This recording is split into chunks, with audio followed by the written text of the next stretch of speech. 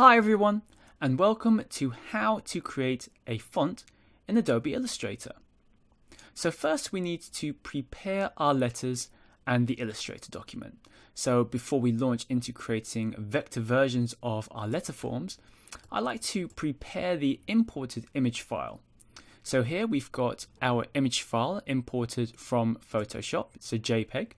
And the first thing we need to do is we need to go to Window, and then go to Image Trace to bring up our Image Trace panel. And with the image selected, let's go ahead and experiment with some of these options that we have here. So let's go and choose a mode of black and white, as this is a black and white font. And we want to change the threshold here to maybe about 168.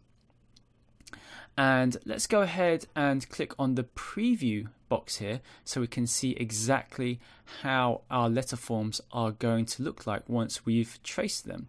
Now you can see straight away that the letter forms have changed and they're a little bit more jaggedy looking and sharp. So we want to try and smooth them out a little bit. So the first thing that we're going to experiment here is with the paths. So if we slide the paths up, you can see we have created a few more paths for our letters and they've smoothed out a little bit. And we can experiment with the corners here as well. So if we bring the corners all the way to 0%, that has smoothed it out as well. And the same with the noise as well. So if we bring the noise all the way down to 1 pixels, you can see that is as smooth as we're going to get for this image. Excellent. So once you've experimented with these options here, you can uncheck preview and then hit the trace button, and this will create some shapes for us to use. So let's bring these shapes over here. Now once we've got our tracing result here, the next thing that we want to do is we want to expand them. So hit the expand button here, and then using the direct selection tool, we can go ahead and select all the white shapes and then just go ahead and delete them like so.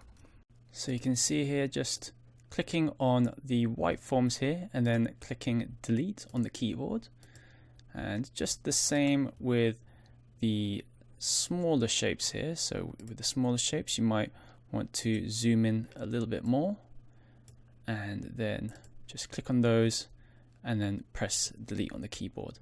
And then once you've done the full thing, you'll end up with something that looks a little bit like this. So here you can see all the white shapes have been removed from the letters and we're only left with just the letter forms here, which we can separate like so. Or if you can't separate them, just make sure that you've highlighted all the shapes and that you right click and then ungroup the shapes. So right click and then select ungroup, and then you should be able to select those shapes. Now once you've done that, next we want to create a new document. So go to File and New. So this new document, we want to make it 0.55 inches by 1.26. And then once you've done that, hit Create. And then over here, we want to create some guidelines for our letter forms. So to do this, just go to View, and then we want to show rulers, like so. And then to create the guidelines, all we need to do is just click and drag from the ruler to create these guidelines which our letter forms can snap to. So we'll make some guidelines for the sides like so. And then next we want to make some guidelines for our letter forms. So this one will be for the small letters and then for the larger letters like so. So something that looks a little bit like that. And if you are unhappy with the way that your guidelines look, or if you want to change the way your guidelines look, just simply right click on your guideline and then go to Unlock Guides like so, and then you can click and drag your guidelines again. like so. And once you're happy with the way they look, just right click and then lock guides. Excellent. Now once you've done that, I've gone ahead and created a guide document over here. We can go ahead and drag our letter forms into it. So the way we do that is we simply select our letter and then press Ctrl C on the keyboard, go back to our guides document here.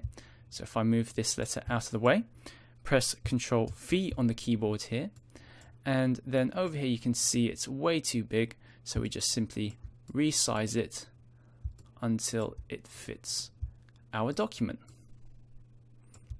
Now you can see here that it's actually got some outlines, so it appears thicker than we actually want it to be.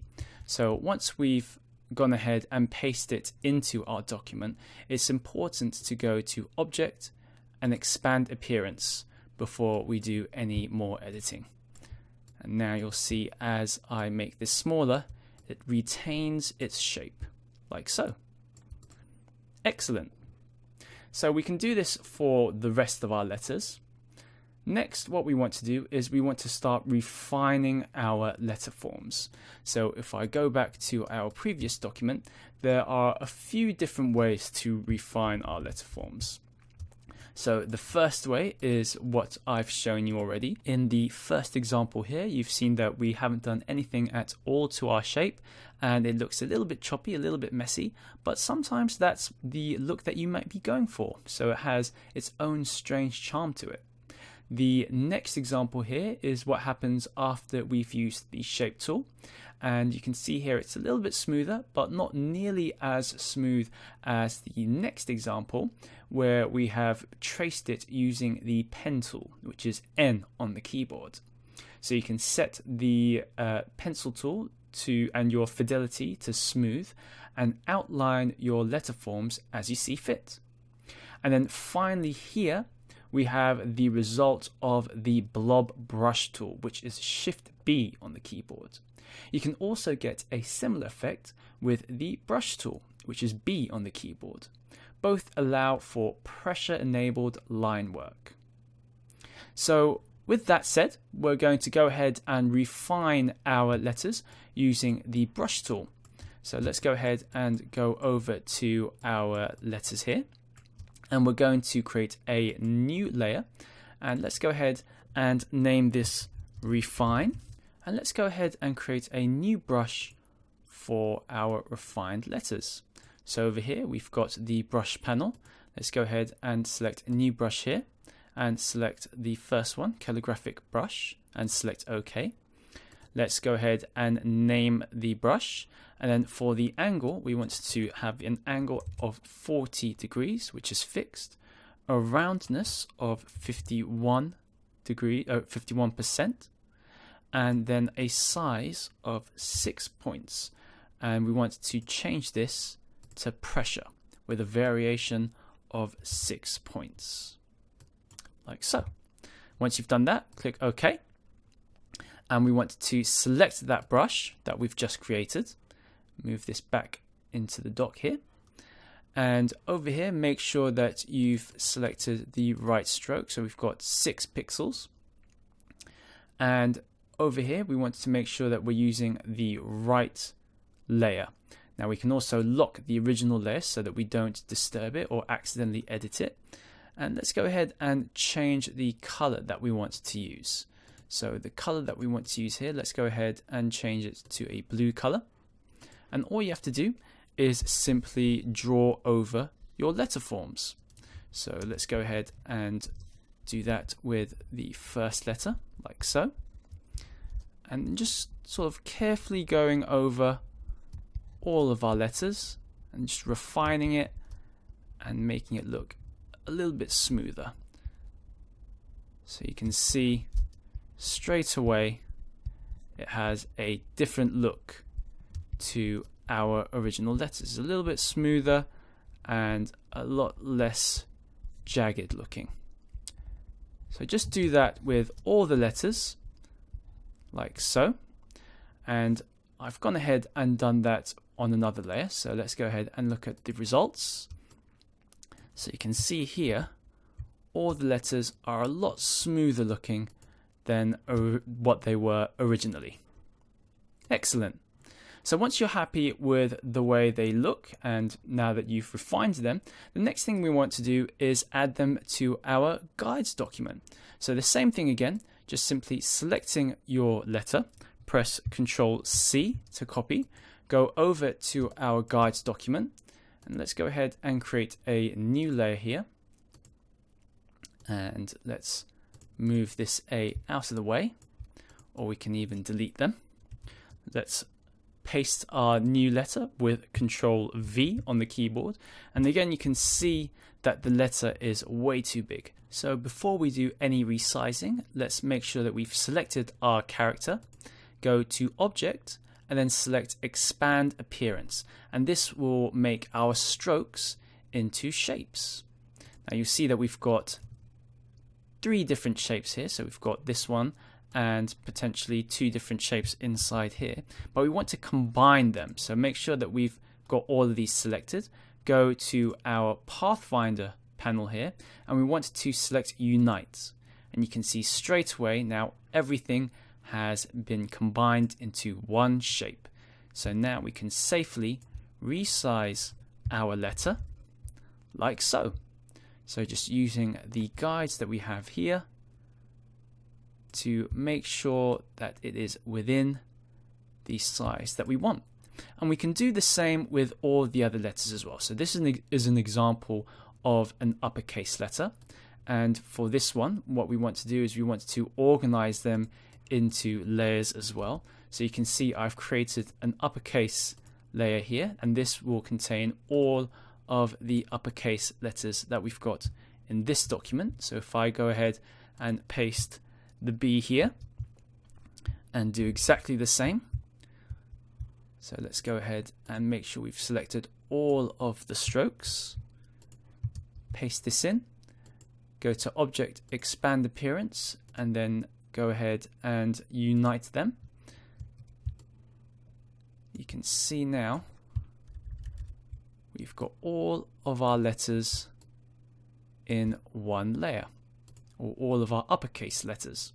Next, we want to do the same with our lowercase letters as well. So if I go ahead and hide the uppercase letters layer, let's go ahead and do the same for our lowercase. So just selecting the A, and this is a good way of organizing our letter forms.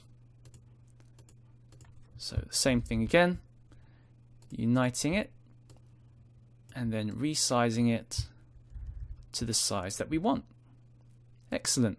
Now if we're going to export the content to another program, you'll need to save each and every glyph as its own SVG file. So just making sure that the letter that you want saved is shown and selected. And then we want to go to File, Save As. And then over here, as the Save As file type, we want to go ahead and select SVG. And then we want to check artboards, as we only have one artboard selected. And then just name it the letter that you want, which is in this case the capital A. And then press Save.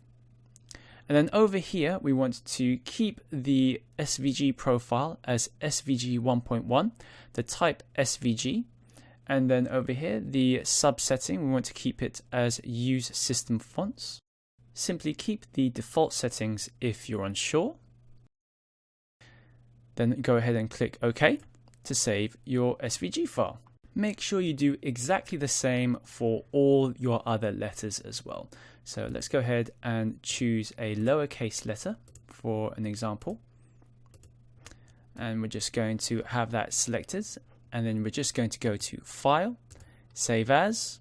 And again, let's go ahead and name this lowercase a.